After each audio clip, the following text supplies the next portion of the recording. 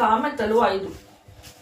నా కుమారుడా, నా జ్ఞానోపదేశము ఆలకించుము, వివేకము గల నా బోధకు చెవియొగ్గుము. అప్పుడు నీవు బుద్ధి కలిగి నడుచుకొందువు, తెలివిని బట్టి నీ పెదవులు మాట్లాడును.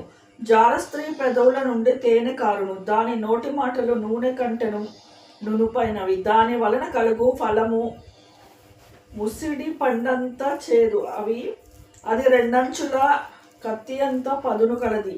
దాని నడతలు మరణంనకు దిగుటకు దారి తీయును, దాని అడుగులు పాతాళమునకు చక్కగా చేరును. అది జీవ మార్గమును ఏమాత్రమును విచారింపదు, దానికి తెలియకుండానే దాని పాదములు అటు ఇటు తిరుగును. కుమారులారా, నా మాట ఆలకింపుడి, నేను చెప్పు ఉపదేశము నుండి తొలగకుడి. జార స్త్రీ యందు ఛాయకు పోక నీ మార్గము దానికి దూరంగా చేసుకొనుము. దాని ఇంటి వాకిటి దగ్గరకు వెళ్ళకము. వెళ్ళినడెలా పరులకు నీ యవన బలమును, క్రూరులకు నీ జీవిత కాలమును ఇచ్చివేతువు. నీ ఆస్తి వలన పరులు తృప్తి పొందుదురు, నీ కష్టార్జితము అన్యుల ఇల్లు చేరును. తుదకు నీ మాంసమును నీ శరీరమును క్షీణించినప్పుడు అయ్యో, ఉపదేశము నేనెట్లు త్రోసివేసి తిని, నా హృదయము గద్దింపునెట్లు తృణీకరించదను.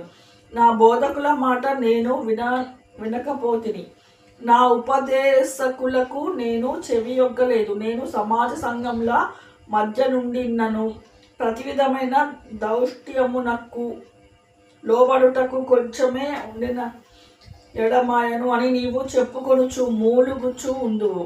నీ సొంత కుండలోని నీళ్లు పానము చేయము, నీ సొంత బావిలోని ఉపకు జలము త్రాగుము. నీ ఊటలు బయటికి చెదరిపోదగున, వీధులలో అవి నీటి కాలువగా పారదగున. అన్యులు నీతో కూడా వాటిని అనుభవింపకుండా అవి నీకే ఉండవలను కదా.